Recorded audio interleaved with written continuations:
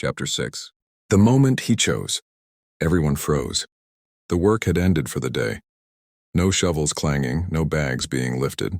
Every laborer stood rooted in place, their eyes fixed on the scene that had just unfolded.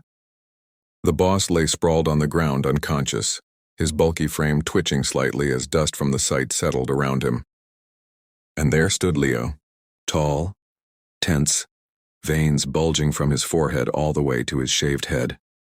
His fists were still trembling with the last echoes of violence. His jaw clenched. His eyes burned with a fury that silenced the entire construction site. Zeke's mouth hung open. He whispered almost to himself, "Holy shit." Before anyone could process, a sharp voice cut the silence. "Oi." Heads turned.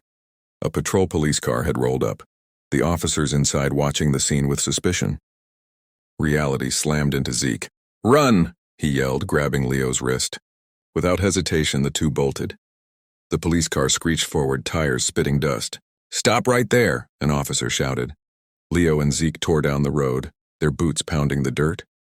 Behind them, sirens blared and the car lurched closer. But the streets of the old neighborhood weren't built for cars. Narrow alleys twisted like a maze. "In here!" Zeke shouted, yanking Leo into a side street. The car skidded, unable to follow. The officers leapt out, chasing on foot. "Left, Leo, left!" Zeke cried, dodging a stack of wooden crates. Leo vaulted over them with terrifying ease, landing in a crouch before sprinting again. They dashed through fruit stalls, knocking over baskets of oranges that rolled across the cobblestones. A vendor screamed curses at them.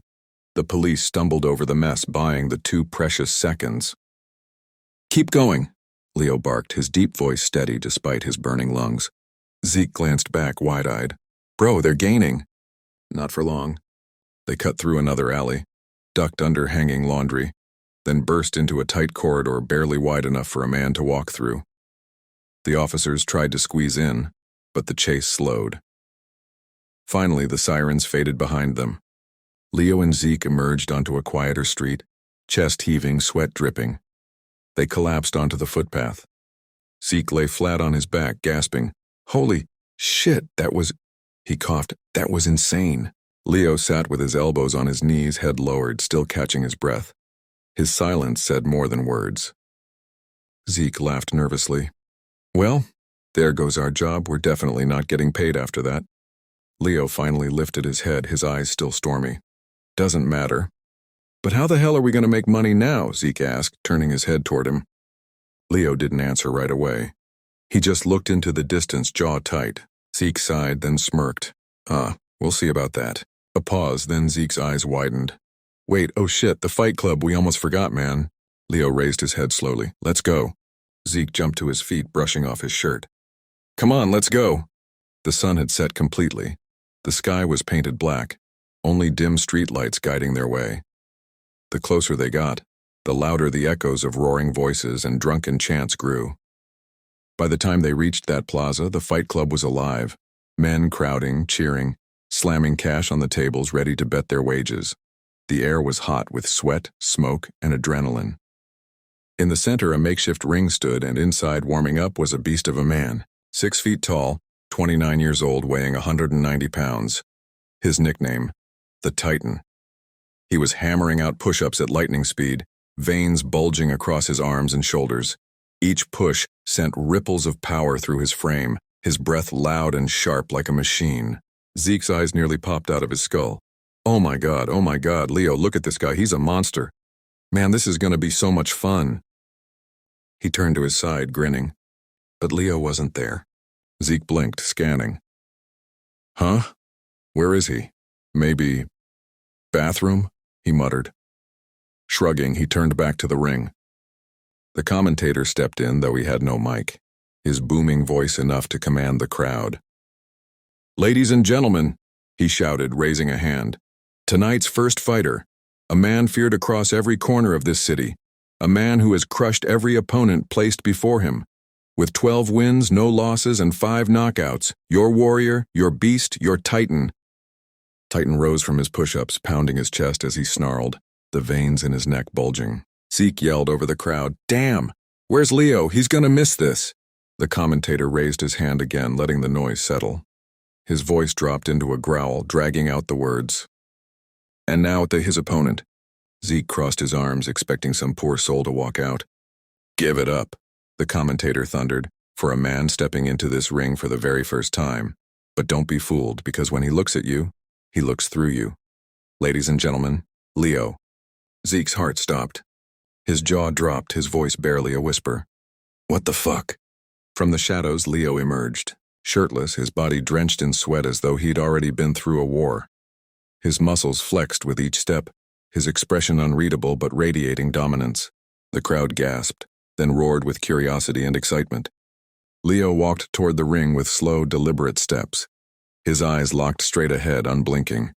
His very pace carried weight. Like every step was a declaration. Zeke stood frozen, muttering under his breath, "Oh shit, oh shit, oh shit." Leo climbed into the ring, his shoulders squared, his head tilted slightly down. The Titan smirked at him, rolling his neck, cracking his knuckles. But Leo didn't flinch. The commentator's voice rose above the crowd. Tonight, something tells me, gentlemen, we are about to witness history. Chapter 7. Rise of a Legend. The underground club roared with noise. Sweat, smoke, and the stench of blood hung thick in the air, and then the laughter started. 1,000 throats erupted with mocking cheers, whistles, and howls. They weren't laughing because of the fight. They were laughing because of the mismatch. A short, lean fighter, Leo, standing across from a hulking monster of a man. The crowd didn't even bother whispering. They laughed openly. They mocked him like he was already dead. "Easy money!" someone shouted. "All in on the Titan," another barked, throwing a wad of bills toward the bookie's table. Judging from Leo's appearance alone, nobody in their right mind would bet on him. The Titan was a living tank. Thick neck, arms like steel beams, scars covering his body like war paint. His name alone carried fear. And yet Leo stood there calm. In the ring, he glanced down and saw so much dried blood. He thought, damn, it must have been hell for the guy. Zeke forced his way through the crowd, shoving past sweaty backs and greedy hands. He finally made it to the edge of the ring, close enough that Leo could hear him. "Oye, Leo," Zeke shouted, his voice cracking with desperation. Leo turned his head slightly, just enough for Zeke to see his eyes. "Huh, what?" Zeke's face twisted with anger. "What the fuck are you thinking?" Leo blinked, confused, like Zeke was the one who had lost his mind. "What are you talking about?" "What type of suicide is this, huh?" Zeke yelled. "I know we've got no money, no work, but we'll figure something out. This is not the way."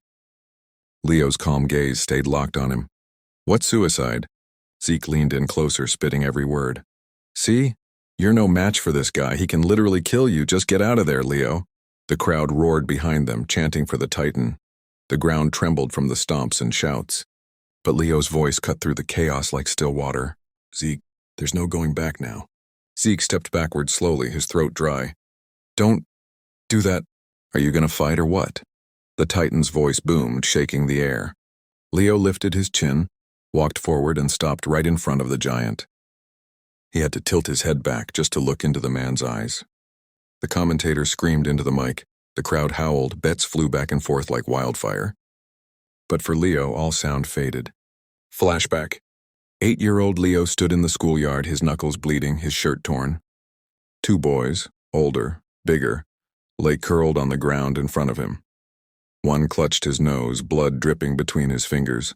The other spat a tooth into the dirt, sobbing. Leo's tiny chest rose and fell as he glared down at them. The crowd of children circled him, whispering in shock. The principal's office smelled of chalk and old wood. The silence was heavy, broken only by the whimpering of the 2 injured boys sitting on the bench outside. Their faces swollen, eyes watery, noses bent and broken. The principal sighed, shaking his head as he looked at Leo. "Your son," he told the man sitting across from him, "is a problem." Leo's father sat stiffly in his chair, his eyes flicking toward the beaten boys outside. His jaw tightened. For a moment, he didn't speak. He was shocked, not by the mess his son has made, but the amount of potential he carries. Finally, he leaned forward. "He's not a problem," his father said quietly. "He's a fighter." That night, Leo's training began. At dawn, his father dragged him outside into the biting cold. "Run." Tiny feet pounded the pavement, lungs burning, legs trembling, then push-ups until his arms collapsed. stretching until his body screamed, punching drills until his knuckles bled raw. The diet changed too. No sweets, no lazy meals. Protein, discipline, and iron determination. Sometimes the 8-year-old cried in exhaustion. Tears streaked his dirty face as he clutched his sides. "Dad, it hurts. I can't." His father knelt down, his rough hand gripping Leo's jaw, forcing his son's teary eyes to meet his own. "Don't cry. Crying is for losers, and you." He pressed his forehead against his son's, voice low and steady. "You are no loser." From that day on, his father began taking him to the fighting pits, so he would pick up a few things, back to present. "Only 2 rules," the referee barked, his voice carrying across the club. 1, no weapons. 2, the fight ends only with a knockout. Zeke's eyes widened. "Knockout? That's it?" The commentator shouted into the mic, his voice hoarse from excitement. "Fighters, take your positions." The crowd erupted, a storm of sound. Leo and the Titan squared up. The size difference was almost comical. The bell rang. The Titan charged, a freight train of muscle and fury, his footsteps shaking the ground. Zeke clutched the railing, his heart slamming against his ribs. "Leo, move, he's gonna kill you." But Leo didn't move. He stood calm, his breathing steady. Every step the Titan took toward him seemed to slow, like time itself bent around Leo's focus. And then, at the exact perfect moment, Leo's body snapped into motion. His right leg whipped upward in a precise arc, his heel cutting through the smoky air. May Gary, front kick. His foot slammed directly into the Titan's throat. The Titan's eyes bulged. His charge stopped instantly, his massive frame freezing mid-step. His hands shot up to his throat, gasping, stumbling backward. Then he collapsed. The bell rang again. Silence. The commentator was frozen. The crowd, once a sea of roars and laughter, was dead still. Zeke's jaw dropped, his eyes wide with disbelief. He stared at Leo, then at the Titan unconscious on the floor, his chest rising faintly. One perfectly calculated kick. Not too much to kill, not too little to fail. Just enough to end it. The impossible had just happened. A small man had sent their champion to sleep, and for the first time the Fight Club was silent. Chapter 8. Rising Through Pain. Leo stood still, calm as stone, not a flicker of triumph on his face. He had known this would be easy. The Titan lay beside him in a heap, unconscious, chest barely rising, the ground beneath him trembling from the impact of his fall. The crowd hadn't yet processed it. The echo of fists, the roar of violence, still hung in the air, but silence had already swallowed the arena. Leo turned without a word. His boots thudded against the concrete floor as he walked to the bookie's table. A mountain of crumpled bills sat there, everyone's faith stacked on the wrong man. He scooped it up with one hand. "I'm taking this." The bookie's throat bobbed, his voice cracked. "Huh? Oh, yeah, sure." Fear burned in his eyes, but he didn't move. Nobody did. Leo crossed the room and stopped beside Zeke. "Let's go." Zeke blinked, dazed. "What?" "Oh, yeah, let's go." Together they climbed the narrow stairway. The crowd parted in silence, every gaze locked on the boy who had toppled a giant. No one laughed. No one jeered. They only watched him leave. The night air outside was cool, but Zeke's nerves burned hot. He had held it in as long as he could. "Man, you're a black horse." His voice cracked the quiet. "You were hiding this the whole time? You destroyed that guy. How the hell did you do it?" Leo didn't even look at him. "Do what?" "Don't mess with me. You dropped a monster like it was nothing, and now you're acting like you just swatted a fly." Leo clicked his tongue. "That was easy." "Easy? Where'd you even learn to fight like that?" "From my dad. Picked up a few things from him." "Still, man, that was impossible." Leo finally turned, eyes sharp as glass. "It wasn't impossible. Bigger, stronger, none of that matters. You find the weak points. Nobody trains those, not even giants." Zeke slowed, his mouth hanging open as the words sank in. "So you used your head." Leo's lips curled into a smirk. "Yeah, I did. He didn't. All he saw was some weak kid he thought he could crush." Before the fight even began, Leo had been studying the Titan closely. He spotted 2 weak points, his throat and his groin. Striking the groin, however, went against Leo's code of honor. So he focused on the throat, crafting a precise strategy around it, every move calculated for maximum effect. Zeke's eyes lit up. Wait, how much money did you even get? Didn't count it yet. Then count it. Not here, idiot. Oh, right, at home then. Back in their home, Leo dumped the cash onto the table. The bills scattered, the room suddenly brighter under the bulbs. 700, 720, 770, 780, and that makes $800, Zeke cut in, his eyes wide. That's almost 8 times our pay. Leo nodded, calm as ever. Yeah, and now we've got ourselves a source of income. Zeke froze, staring. Source of income? Don't tell me you're planning to fight again, and what do you mean we? Leo leaned back in his chair, folding his arms. You'll fight too. Our next fight in 4 weeks. Zeke's jaw nearly hit the floor. What? Hell no, I'm not fighting. Oh, yes, you are. I don't want to die young. You're the fighter, not me. Leo's gaze cut through him like steel. You're not gonna die, and yeah, you're not a fighter, not yet, but I'll make you one. Training starts tomorrow. But, Leo's voice cracked the air, sharp as a blade. Don't be such a pussy. Leo sat back in the chair. Zeke took a seat across from him. Silence stretched between them, heavy and unbroken. Finally, Leo spoke. To be honest, and when I faced that guy, I was scared to death. Zeke's eyes locked onto his. You were? Leo nodded. Yeah. I have this terrible habit of throwing myself into do-or-die situations, and somehow I survive. That was luck, nothing more. Zeke shook his head. Really, I don't get it. Leo smirked. You were right, I really am a black horse after all. Leo stood, voice low but firm. Can't waste this potential. Tomorrow morning at 6 a.m., Leo shook Zeke awake. Come on, wake up, time to train, Leo said, shaking him firmly. Zeke groaned, barely opening his eyes. Ugh, 6 a.m.?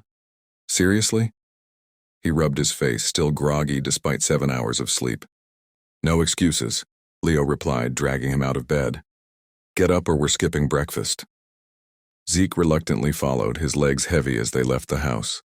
By the time they reached the park, the morning air was crisp, and the streets were empty, except for one figure, Officer Troy, standing silently a few meters away, observing them. Leo immediately began warming up with jumping jacks and stretches. Zeke mimicked him slowly, half-heartedly, eyes still drooping. Warm-up done, Leo said after a few minutes. Now the real work begins. They started with a 5-kilometer run. Zeke struggled to keep up, his breathing uneven. By the 3rd kilometer, his legs felt like lead. I can't, Zeke gasped, stopping midway, sweat dripping down his face. Leo caught up to him, placing a firm hand on his shoulder. You can, listen to me, don't give up, one step at a time, push through it. You're stronger than you think. Zeke shook his head. My legs, they're done. Leo gritted his teeth. Not done, you will finish this, you quit now, you quit everything, don't quit. With Leo shouting, Zeke took a shaky step forward, then another. Slowly, agonizingly, he finished the run, gasping and trembling. Next came sprints, 10 brutal rounds. Zeke struggled after the first few rounds, stumbling and panting. Each time he slowed, Leo barked encouragement. Faster, come on, don't let your body tell you what your mind can do. Push, push, push! By the last sprint, Zeke's legs felt like burning fire, but he finished, collapsing on the grass. Then came the exercises, push-ups, pull-ups, squats, and sit-ups. Every movement was agony for Zeke, but Leo was relentless, counting loudly, motivating, correcting his form. 3 hours later, the workout was over. Zeke slumped on a bench, drenched in sweat, muscles shaking. Leo sat beside him, catching his breath. Officer Troy felt a twinge of confusion. Why weren't they at work? That was because he had missed the commotion a few days ago, when Leo sparked a scene at the construction site. Officer Troy approached. Hey, it's been a while. Zeke looked up, startled. Oh, hey, he mumbled. Troy's gaze stayed fixed on Zeke. He completely ignored Leo as if he didn't exist. So now what are you doing here so early? Troy asked. And what are you up to these days? Zeke wiped sweat from his forehead. Just training, staying in shape. And? Troy asked. What are you doing for a living? Zeke hesitated, then shrugged. I used to work at the construction site, but the boss, and he found 2 bigger, stronger workers, kicked us out. Now we're looking for new work. Troy frowned. Can I help you with that? No thanks, we'll manage, Zeke replied politely. Troy gave a short nod. All right, take care then.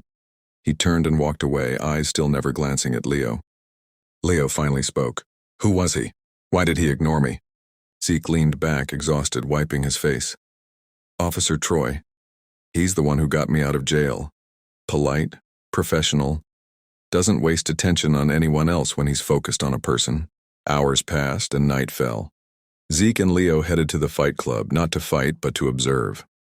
On the way, Leo explained, watching fights is just as important as fighting. You'll learn timing, techniques, and strategies.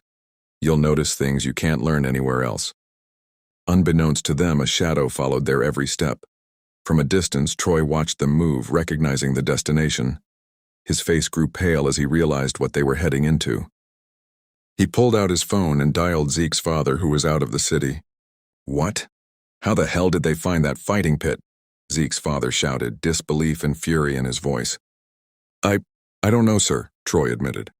I told you to keep an eye on them, didn't I? Sorry, sir, Troy said quickly.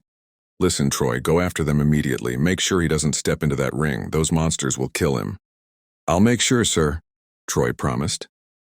He ended the call and hurried down the stairs, disappearing into the shadows, prepared to intervene if Zeke tried anything reckless. Chapter 9. The Rule of Fear. Zeke's father placed the phone back on the table, his jaw tightening. He pressed his palm against his forehead, the veins on his temple showing his frustration. His wife, sitting on the couch with a novel in her lap, tilted her head. What happened? She asked, already sensing the storm in his voice. He exhaled slowly. Zeke went to the fighting pit. My fighting pit. Her eyes widened. What? How did he even find that place? Maybe a coincidence, he muttered, though his tone lacked conviction. She raised a brow, her voice calm. Or maybe it wasn't a coincidence. Maybe his new friend showed him. That bald boy. His hand fell away from his forehead, his gaze locking onto hers with confusion. For a moment he considered denying it, but instead, he said nothing. Silence was sometimes more telling than words. Meanwhile, deep in the pit, the noise was deafening. Hundreds of voices clashed, chants mixing with curses, laughter, and the smell of sweat, smoke, and spilled liquor. Yet suddenly, just as if an unseen hand pressed pause, the crowd fell into silence. Every eye shifted to the old iron staircase where Leo was making his way down step by step. Even the rowdiest drunkards shut their mouths. His presence pulled the atmosphere down like gravity. As his shoes touched the concrete floor, a group of men instantly swarmed toward him. Leo, my man, the legend himself. Oi, Leo, you still owe me for the money you cost me last time. You flooded my whole damn wallet. One laughed sarcastically, punching him lightly on the shoulder. Don't cry, at least you got to watch history happen. Another chimed in, grinning. Forget the fights, Leo. I'd pay just to see you walk in here again. King of the pit, brother, you're the reason this place is alive. The men chuckled, some bowing their heads slightly in respect, others clapping him on the back. Zeke, standing nearby, was speechless. He could almost see the invisible aura wrapping around Leo. The respect, the fear, the legend. His heart clenched with a dangerous desire. I want to be like him, I want that. In the ring, the referee barked orders. Two fighters stood at opposite corners. Both were lean. Both had wiry muscles carved through years of hardship. But their energies were different. One had wild eyes, hair spilling down his shoulders, tattoos crawling across his chest like black vines. He licked his lips, grinning maniacally. The other was composed, medium-length hair, clean stance, breathing measured. He looked like the kind of fighter who believed in discipline over chaos. The bell rang. The crazy one lunged first. His fists were a storm. The calm fighter blocked, ducked, countered with a sharp elbow to the ribs. Blood sprayed. The crowd roared. Break him. Kill him. Take his head off. The wild one laughed even as his nose burst crimson. He swung harder. The calm fighter struck back with a brutal knee, staggering him. Punches rattled bones, knuckles split, skin tore. The calm fighter gained momentum, landing precision blows that made the audience gasp. He cornered his opponent, fists flying like thunder. Everyone thought the fight was over. But then, with a wicked grin, the wild fighter absorbed the last hit, stepped in close, and drove a savage headbutt into his opponent's face. The crack was sickening. Blood exploded. The calm one dropped instantly. The crowd erupted. Yeah! That's how you end it. Monster, absolute monster. Zeke's stomach tightened. He couldn't tear his eyes away from the fallen man. Leo smirked. That guy, one hell of a fighter. Behind them, Troy leaned in the shadows, watching. He slipped out quietly, pulling his phone from his pocket. It's me, everything's fine, I just watched the fight. Zeke's father's voice answered. Good, keep an eye on them, make sure they don't do anything reckless. Troy hesitated. There's one more thing. Everyone there respected someone else. The bald one. His name is Leo. Silence. Leo, so he's a fighter, I underestimated him. Listen, ask Carter about this Leo guy, I want to know who he is. Back at Leo's house. Leo dropped onto the couch, a relaxed grin on his face. That dude was a beast, huh? What do you think, Zeke? But he stopped. Zeke was trembling. What's wrong with you? Leo asked. Zeke's fists clenched, his voice cracked. You're talking about the victor but have you seen his opponent? He looked like a corpse. Leo tilted his head. Why are you worried about him? Zeke exploded. I'm worried about myself. What if that's me in a few days, broken, bleeding, dead on the floor because of this? Leo stood. Sit. Zeke sat. Leo leaned in. When I stood face to face with Titan, I was scared to death. Zeke replied. Yeah, you have told me. Leo smirked. Fear didn't disappear, I fought with it sitting on my shoulders. He straightened, voice sharpening. Fear is part of life. Most people run from it. Some try to live with it, only a few face it, so tell me, which one are you? Zeke's throat tightened. Leo pushed harder. Fear is a wall between you now and the you people wish they could be. Break it or stay the same forever. Zeke swallowed. Leo delivered the final line. If you're afraid of doing it, do it anyway. Silence filled the room. And then, the front door opened. Heels clicked against the floor. A sultry, confident voice rang out. Leo, my boy, I'm home. A beautiful, early middle-aged woman stepped inside, her presence lighting up the space like she owned it. Chapter 10. A Wound Reopened. The door creaked open, and in walked a woman whose presence seemed to command the entire room. Every step she took radiated a natural charisma, the kind of elegance that made heads turn without her trying. Leo's face instantly lit up, his expression shifting from surprise to sheer joy. Aunt Nora, he exclaimed, stepping forward almost in disbelief. Zeke, however, stood frozen. He didn't know who this woman was, but he was captivated by her beauty and the magnetic energy she carried. Who is she? He thought, staring in awe. Leo moved quickly to greet her, his happiness pouring out. The two stood face to face, but before he could say another word, Aunt Nora wrapped him in a crushing hug. Leo, it's been a year, she said warmly, holding him as if she'd never let go. Aunt, I can't breathe. He laughed nervously, trying to free himself from her embrace. Zeke, watching from the side with an awkward smile, muttered in his mind, Damn, I wouldn't mind being squeezed like that. Finally, Nora released Leo, her eyes shifting toward Zeke. She tilted her head, studying him. And who, she asked with a sly smile, is this handsome boy? Zeke's face instantly turned red. He tried to form words, stammering, Well, I'm... But Leo quickly jumped in, almost proudly. He's Zeke, my friend. We've been living together for 2 weeks. Zeke, this is Aunt Nora. She's my mom's little sister, but honestly, she feels more like my second mom. Nora's face softened. Well, it's a good thing you found some company. Now you won't miss me too much. I've missed you so much, Aunt Nora, Leo said, emotion lacing his voice. I've always looked forward to your presence. She chuckled, pinching his cheek with affectionate familiarity. Oh, you're still the same. Her eyes wandered around the living room as she added, And you've maintained the house beautifully, just like I last saw it. She dropped her handbag on the couch and stretched slightly. Now I'm going to get fresh. We'll have dinner together. You two better get that dining table ready. Dinner scene. The dining table was laid out neatly. Steaming dishes filled the air with a warm, homely aroma.